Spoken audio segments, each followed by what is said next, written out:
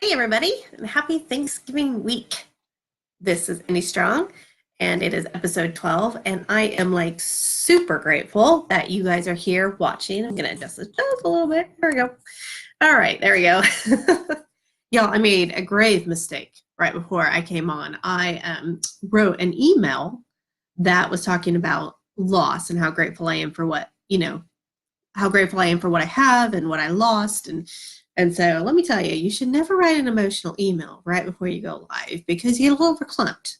And so that's where I am right now. I'm just a little verklempt, but I'm okay. But anyway, so if I seem a little off sorts, it's just because I picked the worst time ever to write an emotional email. So if you get my newsletter, you'll see, and hopefully my words worked well, and I said how much I care about those people that I lost and my doggie that I lost, and how grateful I am for the people that I still have in my life. And, as I said in the email, life is full of hellos and goodbyes, and I'm really good at hellos. The minute I say hello to you and we start chatting, you're my friend. You're my friend, and I'm thankful for each and every one of you. And so having to say goodbye to to friends and family and puppy dogs and kitty cats that we've loved over the years, that's never easy. And you guys know that, I know. So, but we're going to move on. We're going to move on. It's okay. I'm okay. It was a rough summer, guys. Ugh. Okay. But I'm thankful that I have my faith, because my faith tells me that that will not be the last time that I see my grandpa, and it will not be the last time that I see my dog Piper, because I truly believe that it would not be heaven without our furry friends. And so, I mean, how can you have heaven without doggies? I just don't know. So anyway, happier topics. We're moving on. This is episode 12. I have been doing this for 3 months. Yay! Yay me. Okay. I say 2 full months in my my notes here. Apparently math, not my strong suit, but that's okay, because writing is my strong suit, and that is why I'm here today.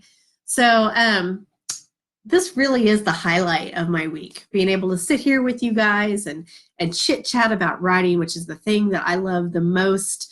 Besides family, I guess, I guess we'll put them first. But this is just something that I just really love. And even though, sometimes I can see you guys in the corner and sometimes I can't, just knowing that I'm sharing this love of writing with you guys, and knowing that there's other people out there that love it just as much as I do, I mean, it really is a joy, and I'm really grateful for that. So it's something that I try to say every time I get on, but especially during this Thanksgiving week, I just wanted to say thank you. Thank you for tuning in. Whether you're turning in on Facebook Live, hello, or whether you're watching me on YouTube tomorrow, hello.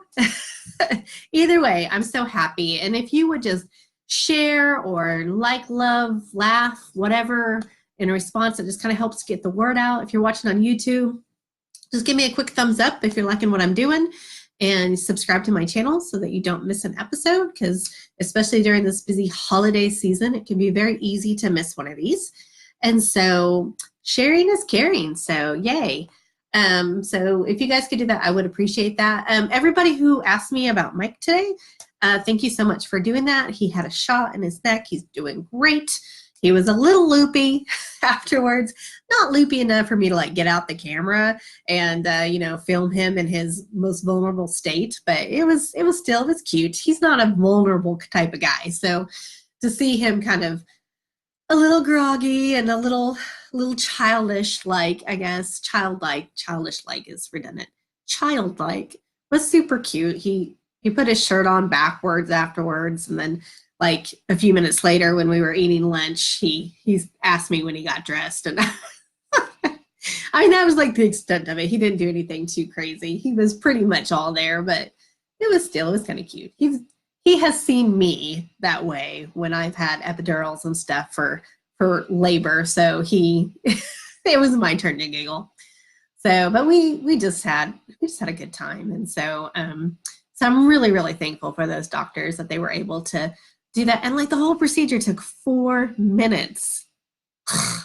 Really? I was thinking to myself, why didn't I bring my laptop? I could get some writing done while I'm waiting for this thing to go through. But no, 4 minutes. It was amazing. They were so efficient. So thank you, Tulsa Surgical Center. Really, we really appreciate it. You guys were very helpful and very cheerful, and made what could have been a really horrible morning not. So So I'm also very, very thankful for that. So let's get on to questions. Okay, because I've got them. The first one is from my friend Rubina, who lives in Texas. And I just want to give her a shout out because I have known this girl, 21, 22 years, something along those lines. I lose count. Like I said, math's not my strong suit. But we've been friends since college. We've been friends a long time. And I never once knew that she had any aspirations to write, not even a little bit. You know, she's creative in other ways. She's a wonderful artist.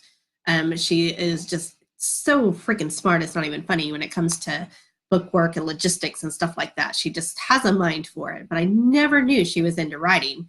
And she did NaNoWriMo for the first time, and she wrote over 30,000 words.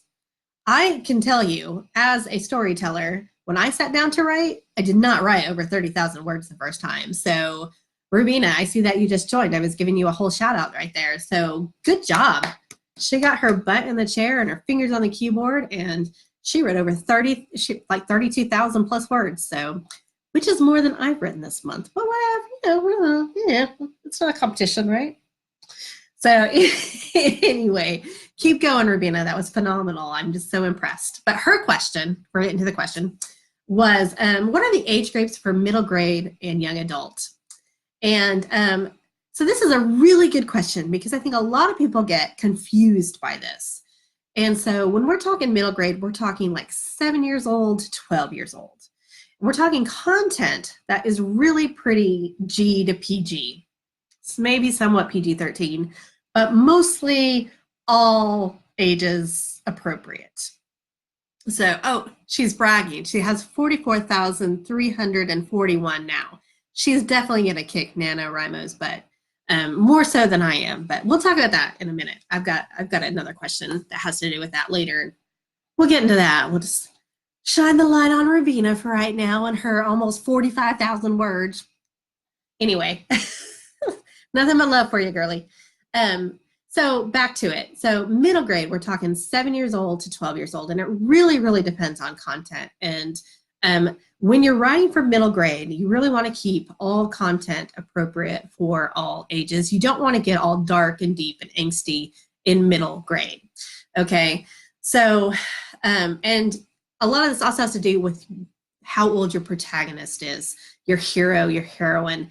They also need to be within that age range. So between 7 and 12 if you're writing for middle grade. Now you also, when you're writing for middle grade, you have to think about, am I writing for the lower, like the just reading chapter books middle grade? Because I'm talking chapter books here. I'm not talking picture books. Like I talked about last Monday, picture books are a whole nother ball game. Releasing a middle grade book independently is almost as tough as releasing a picture book. But you do have a little bit more leeway, a little bit less of the parents wanting to hold them. So it can be done a little bit easier, but it's still a hard road. You still have to really kind of get out there to the libraries and the schools and say, hey, I have a book. Can I do a reading? But that's not what we're talking about today. We are talking about how what the age groups are. So if you're writing that middle grade, you really want to think about, okay, am I writing for the 7-year-old who is just starting chapter books, or am I writing for that 12-year-old who is just about to graduate into young adult books? And so that's where content really comes in. That's where vocabulary really comes in. And that's where the age of your protagonist really comes in. So kids like to read an age that is a little bit older than they are. So, for example, my daughter is 8. She likes to read about 8, 9, 10-year-olds. Okay, most of the time they don't like to read about younger. We found this out with Ginny B. Jones. She read the first few Ginny B. Jones and she really liked them, and then all of a sudden she was like, I don't like them anymore. She is childish. She keeps calling people stupid. She just didn't find it humorous anymore. And so that's something that you have to keep in mind when you're writing for middle grade. When they get older, you can use, you can have more of that PG content. You can use larger vocabulary. In fact, you should.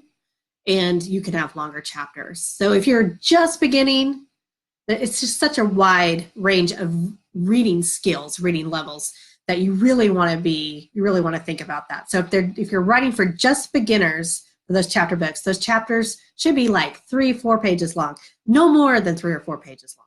And we're talking like big print too, like size 14. And then once you get up to more like the 12 range, then those chapters can be 6-7 pages long, like a regular book. I mean, that's where I like my chapters at anyway, but that's a different thing completely. But you can go with those longer chapters. You can have content that's a little bit older, but not too dark and angsty. And because these kids are learning to read, they don't need to be learning all the life lessons right then. Every story has a moral. Every story has a lesson. Don't get me wrong here. I'm just saying we don't have to pound it into them, especially if it's above their head.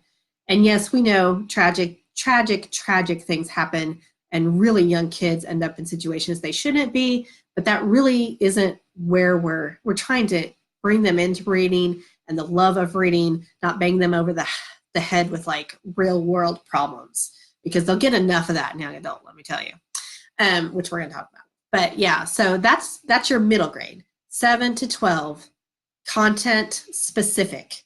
So don't get too dark, don't get too angsty. Look at your vocabulary. The vocabulary should be just a little bit ahead of who you're expecting to read it.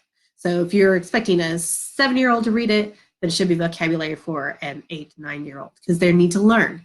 They have those context clues so they can learn. So now let's move on to young adult. So young adult, it varies.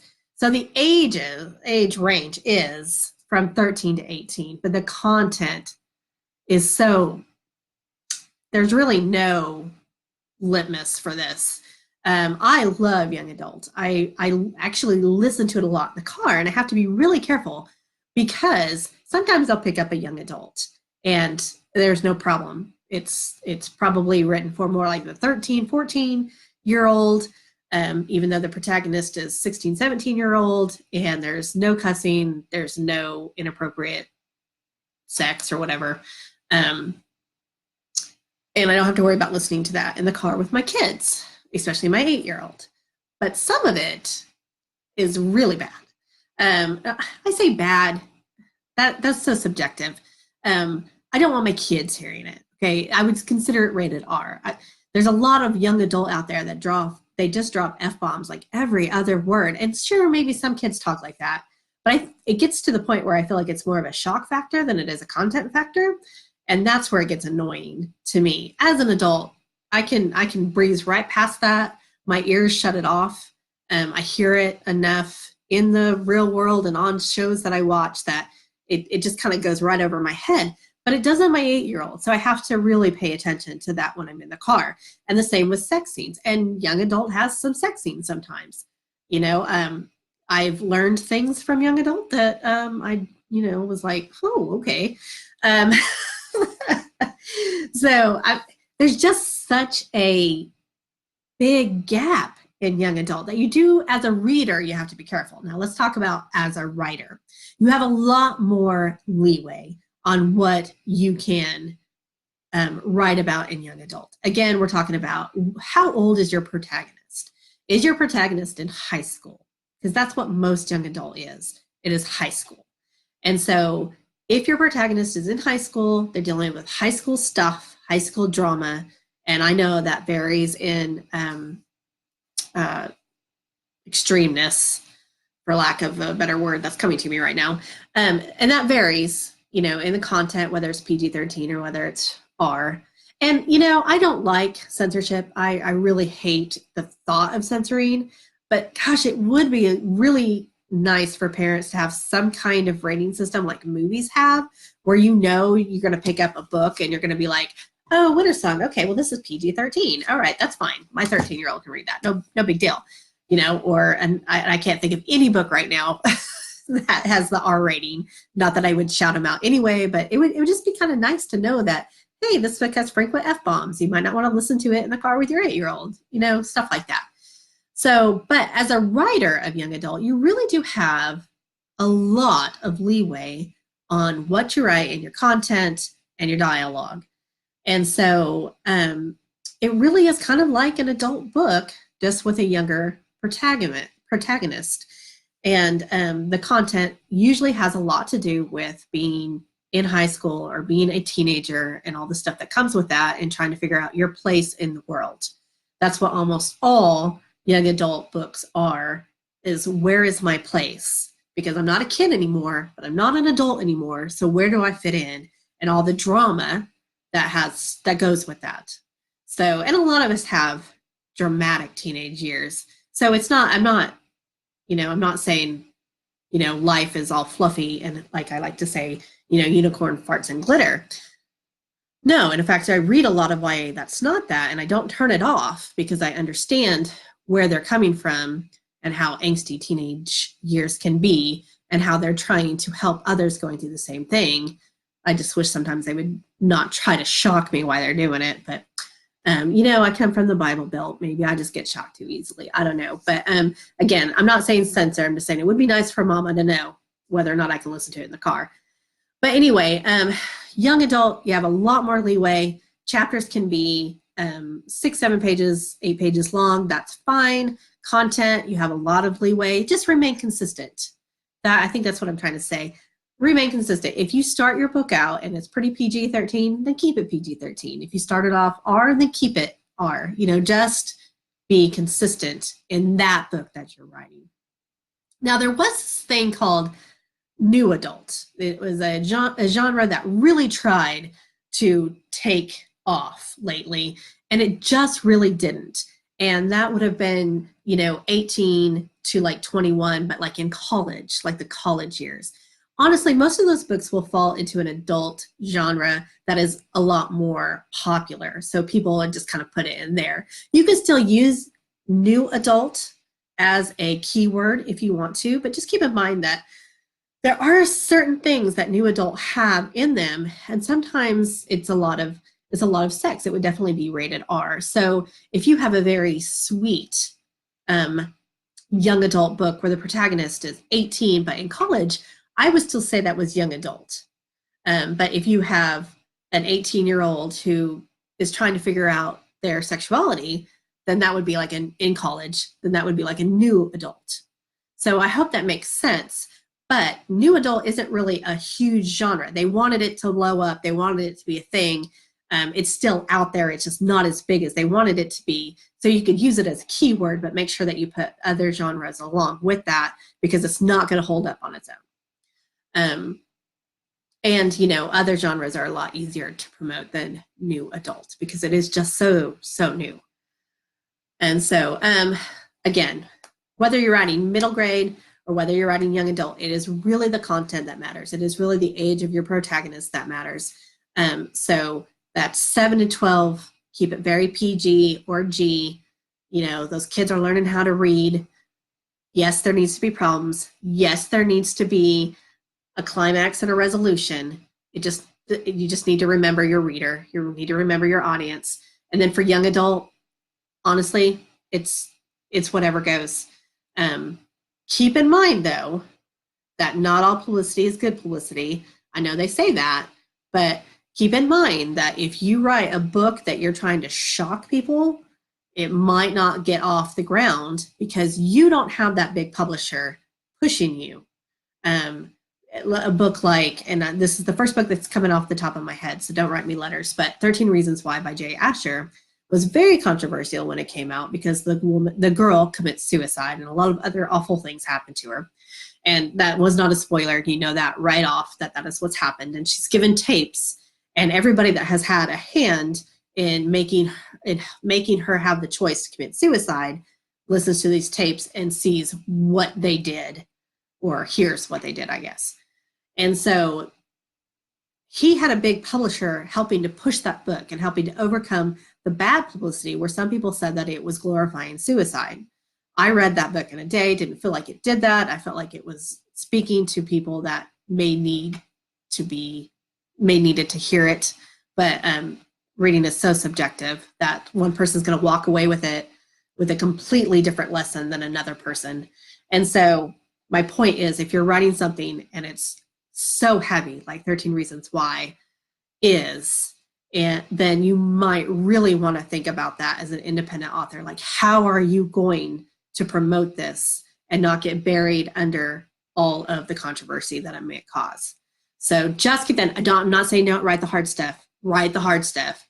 Just keep in mind that if you write hard stuff, you're going to have to promote the hard stuff. And it's really a balance. Okay. So, but YA, the world is yours. The world is your oyster. You can write whatever you want to. Just keep your protagonist between 13 and 18. And there you go. So, and usually they're in high school. So that's the other thing. So if they go into college, gosh, that's such a gray area. And that's why they tried the new adult thing. But mostly it's just adult. So whether it's romance or women's lit or whatever. So I hope that clears that up. Again, vocabulary is a lot of it. Skill reading level is a lot of it if you're looking at this as a parent. And you know, I've already decided when it comes to the kiddo, like I said, she's 8 now, and she's reading pretty vanilla stuff that, you know, the harder stuff, the stuff that I think that might have content in it that I'm not sure she's ready for is something that we'll read together. But I really enjoy reading with my daughter, and I know not everybody has time for that, but I really encourage you to do that if you have kids, especially when they get into those other ones. We don't have to, when she's a young adult, she's not going to want to sit there and have me read it to her, but we can read the same book at the same time. And I think that's a really, really good way as a parent and as a writer, because you do need to read a lot. You can't just forget about reading as a writer. They go hand in hand. So let's move on to number 2. You've mentioned thinking, I'm sorry, my nose itches. I'm about to sneeze. You guys know I hate it when I sneeze in these things. Number 2, this is from Julia in Oklahoma. You mentioned thinking outside the box when it comes to promoting your book. Do you have any examples? So this is hard to answer because it varies from genre to genre.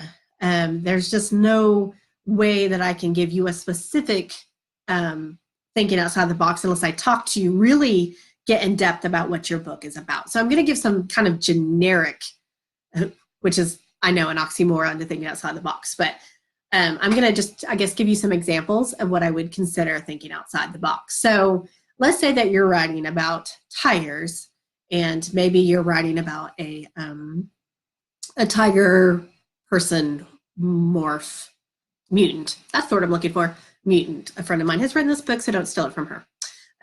But you know, she might want to use like a wildlife refuge or a zoo or someplace like that to do some kind of promotional giveaway or book signing or something like that at. If you're writing about a haunted hotel, you know, try to go to a haunted hotel, try to talk to them. Just say, hey, look, I have this idea to do a book signing or a costume contest or a costume ball or something, coincide it with something. Say, hey, you guys want to go in with me? The worst they can do is say no. You know, don't feel like you're wasting their time. If you're going to give them something, they're going to give you something. If you do a book signing at a hotel, then they're probably going to ask for a little bit of what you're making. And that's fine, you know, because you can either rent the space or you can give them a portion of what you sell. So something like that. If you are promoting online and you have a romance, you know, look at those romance sites. See if you can't guest star or guest write for a blog, or, you know, if there's some romantic site that shares maybe pictures and just romantic little snippets, see if you can't write something for them or send them an excerpt of your romantic book. There's just so many ways. It just varies so much. If you're writing about, you know, a woman who treks the Appalachian Trail, then, you know, check out those Appalachian Trail websites. There's a ton of them. The forums, see if you can't post a little snippet. I mean, be conscious about it. Don't just put a link to your book, say buy my book, when you haven't talked to the people who run the website. But just, you can't count on author fairs or even bookstore signings. If your bookstore has quite a bit of traffic, that's great. If it's a smaller bookstore, then they're kind of counting on you to bring in traffic too. That's a two-way, that's a me scratch your back, you scratch my back kind of situation. Author fairs, you're hoping that your reader comes there. You got to go out and find your reader. So really think out of the box. Think, okay, what is special about my book? The people who like tigers, where are they going to be? And then try to find a way to do some kind of event, book signing, promotion with that place. So that way you're finding the people. You're going to those people who like tigers instead of hoping the people who like tigers come to you. It's very, like I said, it's very hard for me to say, okay, here's how you think out of the box when everybody's book is so incredibly different. So really think about what makes your book special, what puts it apart from everything else, and then think, okay, where are those people? Where are those people who love tigers? Where are those people who are going to hike the Appalachian Trail? Where are those people who love romance? And go from there, okay? So I know that was so vague of an answer, but I hope, Julia, that it gives you at least some ideas on where to start. So yeah, unless I'm looking at your book, unless you're telling me about your book, it's really hard for me to brainstorm out of the box theories with you. So hopefully that gives you a little bit more of a clue of what I meant when I said thinking outside of the box. Libraries, everybody wants to know book signing at a library. I love libraries, I do, I love them, but people do not go to libraries to spend money. So unless you have some other kind of fun event to bring people in, then most likely it's going to be a crapshoot whether or not you're going to make anything off of that. So, and sometimes you don't need to. Sometimes you just need to spread the word about yourself, and that's fine too. I'm not saying never give a library a shot, but just know people don't go to libraries to buy things. So you want to go to where people are buying things, where people have money, and see if you can't connect with them there over something you both are passionate about. All right, number 3, and I think many people, including myself, can relate to this. I am so behind on my NaNoWriMo project. What do I do? This is from Mark in Arkansas. Okay, Mark, don't fear. You can do this. Okay, the first thing that you need to do is you need to go to the store, like right now. I know that it's almost 11 o'clock, but that's okay. You go right now, you get yourself lots of cereal. I mean, lots of cereal. Cereal, Lunchables, frozen pizza, and also make sure that you get some deli turkey, some canned cranberry sauce, and some instant mashed potatoes. I'm talking about the kind that you put in the microwave, not the kind that you have to like add water, throw in microwave, done. All right. Tell your family that Thanksgiving is postponed. And if they really, really want to do Thanksgiving on Thursday, then they can do the deli turkey and the canned cranberry sauce and maybe buy a pie. I don't know. But then you just lock yourself in your office with some bottled water, some instant coffee, and your cereal. And you're going to eat your cereal dry, sprinkle some instant coffee on that. I'm kidding. Okay, I'm kidding. Don't do that. Okay. I couldn't help myself. Okay. So don't do that. You have to sit down and you have to remind yourself what NaNoWriMo is meant to do. And what it's meant to do is to get your butt in the chair and to write. Okay. Is it nice to write 50,000 words in a month? Yes. Is it a super great accomplishment? Abso-freaking-lutely. Should you celebrate it if you make that 50,000 word goal? Yes. And I better see you celebrate it. I want to see all those badges. Okay. If you didn't make it, it's okay. I want you to look at how far that you've come. How many words have you written? And then I want you to sit down and think, okay, how many days did I actually sit down? And then divide that word count by how many days you actually sat down and see what your daily word count average is. Now, the site will probably do it for you. I don't know. I'm so random about putting my posts up there that my graph is just, it looks like, I don't know, a crazy mountain range. But things happen. And as I've said before, November is a horrible month. Like, I'm trying to put a book out. And I'm going to talk about that in a minute. But I'm trying to put a book out. So I've been doing a lot of PR, which doesn't have a lot of word counts, but it doesn't have a lot of word count associated with it, but it's oh so important. So what I want you to do is I want you to look at how far that you've come. Yes, we have a week. Now, ask yourself, what can I get done in this week? You may have to stop right now. You may have Thanksgiving stuff you've got to do and you have to stop right now, and that's okay. You might have gotten sick. I know a lot of people are coming down with bronchitis and the flu is already out. You might have to stop because of that. You know, you've got family stuff, and family is really important, and you can't just lock the doors and throw some deli turkey at them. So think about what you can get done in the next week. If you can't get any more done, that's okay. I want you to look at December and say, what is a logical goal for December? Keeping in mind that it's holidays again, but don't stop. Don't stop writing just because NaNoWriMo is over. The goal of Nano was to get you in front of the keyboard and get you writing. So you want to continue that habit. If you stop now and you say, oh, I'll just pick it up in January, it'll be a resolution. It's not going to happen. You're going to get out of that habit. And the whole point of Nano is to get into that habit. So I want you to look at this week.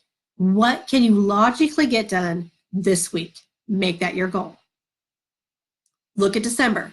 What can you logically get done in December and make that your goal? And then fight, just like you did for Nano, to get that goal done. Make sure that whatever your daily word count average is, that you increase that, even if it's by 1 word. As long as you're increasing that, you are going to get to that 50,000 word a month goal. It may not be in November. It may not be in December. It may not be in January when nothing else is going on, but you will get there because the goal of Nano is to get you in the seat and to increase that word count every day. So keep that in mind. You are not a failure if you didn't reach 50,000 words. Look at what you've done. Be proud of what you've done. Make your next goal. That's the point. Do not stop. Do not stop writing, because if you stop in December just because December is busy, you're going to get out of the habit. Then you're going to have to start all over again on January. So don't do that, okay? So you've got this. It's a busy season. I'm completely aware of that. But you have to set goals for yourself every month, not just during Nano. Nano is fun. Everybody is participating. You get to see all your other friends and they're angsty writing. And they're like, oh my gosh, I'm so behind. I'm behind. I think I've written 10,000 words. I think, maybe. I don't know. It's written down. I just haven't put it on the thing. So maybe 12,000 words. I don't know. Not 44,000 words like my friend Rubina, but that's okay. I'm okay with that because I know that I was still working hard. I know that I was still in front of this keyboard. I know that I was working on my job and getting my book out, which comes out tomorrow. Okay, I'm gonna try to do this without like popping my eyes out, but or waking up the house. Oh my gosh, that was so loud. That was incredibly loud in here. Oh, I hope I didn't hurt your eardrums. But yay, happy book day to me. I can't hear anything right now, but but yes, Autumn's Kiss is coming out tomorrow, you guys. I'm so excited. See this, even though I didn't make my NaNoWriMo goal, this right here makes everything so incredibly worth it. I got like streamers on my chin. This makes it incredibly worth it. And I wish I had like my mom's book because my mom is having a book out tomorrow too. We're having a mother-daughter release day. So her book, Katie McCory and Destiny's Diamond, is out tomorrow as well. Hey, you guys want to know a secret? They're available right now. Yeah, they're available right now. We always put them out early because we want to make sure that they're out on time.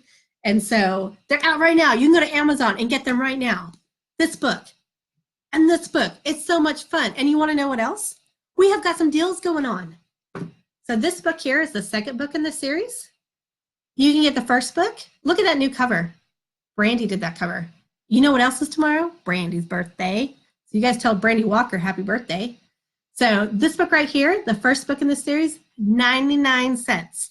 Now make sure that that's switched over to 99 cents before you buy it. It definitely will be 99 cents tomorrow. But this book is 99 cents. Goes with this book right here. And that's my mom's popping up on the screen there. Goes with this book right here. So it is awesome. These two books are awesome. They are middle grade adventure fairy tales. And my 8-year-old loved them. Absolutely loved them. Great. There's 2 boys and 2 girls. It's kind of Narnia meets Harry Potter. So it's perfect for your middle grade readers, probably between 9 and 10. But good for the kid at heart as well. And then I've got Autumn's Kiss. That is $2.99. But Winter Song is free right now. This book is absolutely free in ebook on Amazon. It will be free through tomorrow too. So make sure to pick up one of those if you haven't yet. I do have a series. It's called the Spirit of Love series. They do not go together like you don't have to read them in chronological order. They don't even have the same characters. These are just they're my romance with a twist books. They're contemporary, but they're not traditional. They are paranormal, but they're not like wolves and vampires and stuff. They're mostly ghost stories. Okay, they're not scary. They're romantic. Hopefully, if I've done my job right, they're funny. Not funny. I'm funny. I don't know anymore. It's been a long day. If I've done my job right, then they are romantic. And I just heard from another beta reader today, and the ending took her completely by surprise, which is why I call them romance with a twist. And so hopefully I've done that in all three. And you can get all three of these off my website, jennifermcmurrain.com, for $30. The whole series for $30. 3 books. That's $10 a book, guys. And I will sign them, and I will send them to you. I will not have these until the 3rd, so it will be after Thanksgiving, but I'll get them to you as soon as possible. So anyway, y'all, my ears are still ringing. That was such a horrible idea. So if I can't hear you tomorrow in real life, I'll be like, hey, what? What? I tried to celebrate last night, and I'm old, and now I can't hear. So anyway, y'all, I hope I crack you up as much as I crack myself up. Seriously, that was super loud. I thought there were going to be more streamers too, but they just all ended up on my chin. Anyway, y'all, and once again, this Thanksgiving, I am so thankful for you guys. Thank you so much for watching. I appreciate each and every one of you. You guys are my friends. Even if I've never met you in real life, I consider you my friends. And I just am very thankful that you guys are here with me on this journey as I make this dream come true. And so, again, I just want to say this one more time. Out now, actually, $2.99. That's not, look how thick that book is. $2.99. That's less than your Starbucks coffee. I'm just saying. Free right now. Free. Totally free. And then we have my mom's. Y'all, these are great, great books. So The Dagger of Truth is the first one. That will be on sale for 99 cents. If it's not on sale right now, it will be tomorrow. And then Destiny's Diamond, which is $2.99. Come on, that's a steal. Look how many books you could get for like $8, guys. $8. So, and if you want paperbacks, $30. That's $10 a book. Come on. Okay. All right, I'm done with my sales pitch. Love you guys. Have a very, very, very wonderful and thankful and happy and safe Thanksgiving. And until next Monday, happy writing.